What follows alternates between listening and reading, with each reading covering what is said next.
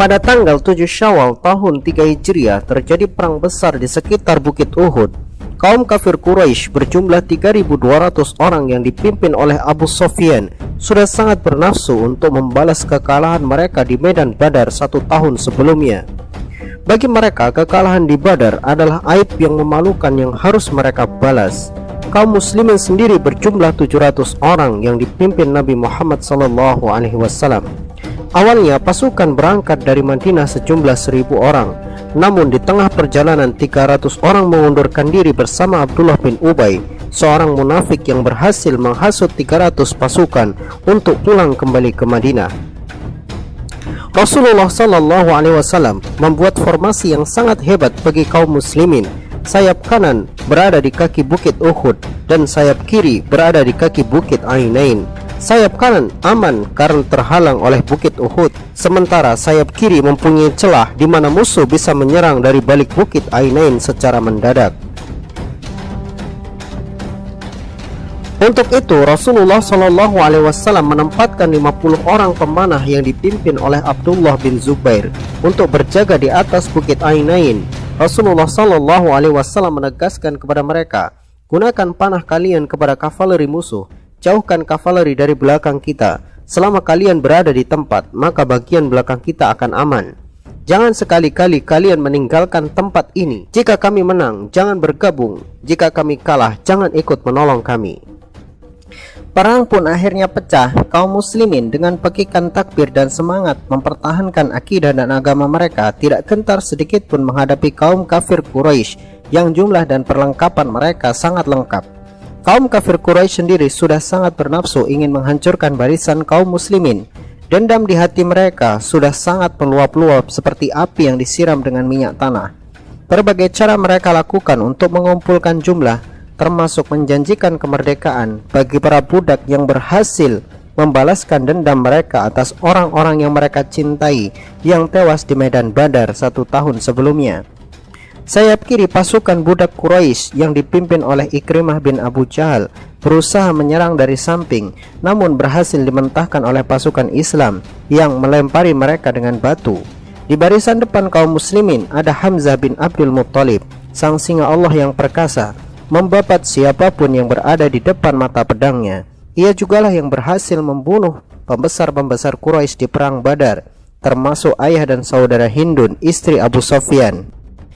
Hindun sendiri telah menyewa budak kulit hitam ahli tombak bernama Wahsy dan menjanjikannya kemerdekaan jika ia mampu membunuh Hamzah bin Abdul Muttalib.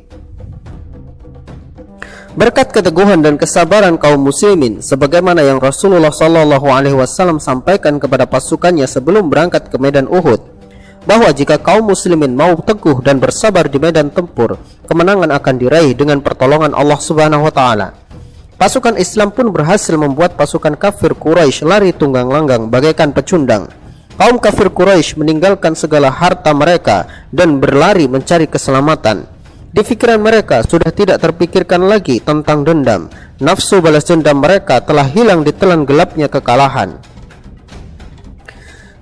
Saat kemenangan mulai terbit bagi kaum muslimin, cahaya itu membuat mereka lalai dan mengejar musuh sembari memunguti harta rampasan perang. Melihat kemenangan yang nyata itu, pasukan yang diberi amanah oleh Rasulullah SAW untuk berjaga di atas bukit Ainain melanggar amanahnya.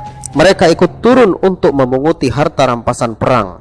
Khalid bin Walid yang melihat di atas bukit Ainain telah kosong dari penjagaan, segera ia memutar pasukannya dari balik bukit itu dan menghantam pasukan Islam dari belakang. Di saat mereka lengah, cahaya kemenangan yang sebelumnya terbit tiba-tiba tertutup awan yang gelap.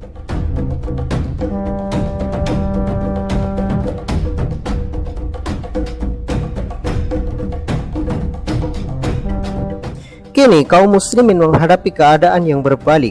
Kini mereka diserang dari dua sisi, depan dan belakang. Pertempuran sengit pun kembali dimulai.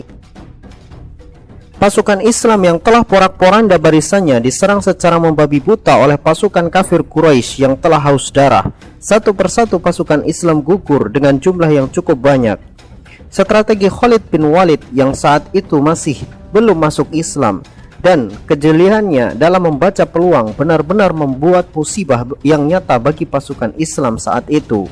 Rasulullah Shallallahu Alaihi Wasallam sendiri mengalami luka di bagian wajah, bibir bagian bawah beliau sobek, dan salah satu giginya tanggal akibat hantaman senjata musuh. Situasi saat itu sangat tidak menguntungkan bagi kaum muslimin. Wahsy, seorang budak yang disewa oleh Hindun, diam-diam melancarkan serangan tombaknya kepada Hamzah bin Abdul Muttalib. Seketika itu pula Hamzah gugur sebagai seorang syuhada. Di sisi lain, pasukan Islam berusaha untuk membendung serangan kafir Quraisy yang tanpa ampun menyerang habis-habisan kaum muslimin, sehingga kaum muslimin sulit untuk kembali menata barisan mereka. Hindun yang sudah sangat bernafsu atas dendamnya kepada Hamzah menghampiri jasadnya yang tergeletak di atas tanah. Hindun kemudian menghujamkan belatinya ke dada Hamzah, merobeknya dan mengeluarkan jantungnya. Tidak cukup sampai di situ, Hindun mengunyah jantung itu dengan penuh kemarahan dan kebencian. Di dadanya telah terpenuhi rasa puas atas dendam ayah dan saudaranya yang mati di tangan Hamzah pada perang Badar. Di situasi yang sulit seperti itu, kaum kafir Quraisy menyebarkan berita dusta bahwa Rasulullah Shallallahu Alaihi Wasallam telah gugur di tangan mereka. Para sahabat yang mendengar berita itu pun langsung turun semangat mereka. Mereka benar-benar kehilangan semangat hidup. Di sisi lain, para pemanah yang melanggar perintah Rasulullah Shallallahu Alaihi Wasallam merasa merekalah yang paling berdosa atas gugurnya Rasulullah. Menyadari hal itu, Rasulullah Shallallahu Alaihi Wasallam memberikan kabar kepada para pasukan yang dekat dengan beliau bahwa beliau masih hidup dan masih berperang melawan orang-orang kafir Quraisy. Kabar itu pun menggema ke seluruh pasukan Islam dan membuat mereka kembali memiliki harapan untuk menang. Pada akhirnya, pasukan Islam mampu memukul mundur pasukan kafir Quraisy dan membalikkan keadaan. Meskipun kaum muslimin tidak menang, namun dalam sisi yang lain, kaum muslimin mendapatkan pelajaran yang sangat berharga, sebuah kunci kemenangan yang akan mereka bawa di medan pertempuran selanjutnya, yaitu selama pasukan Islam teguh di atas perintah Rasulullah Sallallahu Alaihi Wasallam, mereka pasti akan menang. Jika mereka melanggar perintah Rasulullah Sallallahu Alaihi Wasallam, dapat dipastikan mereka tidak akan pernah menang. Mendengar perintah dan taat perintah adalah kunci utama kemenangan umat Islam pada pertempuran-pertempuran selanjutnya.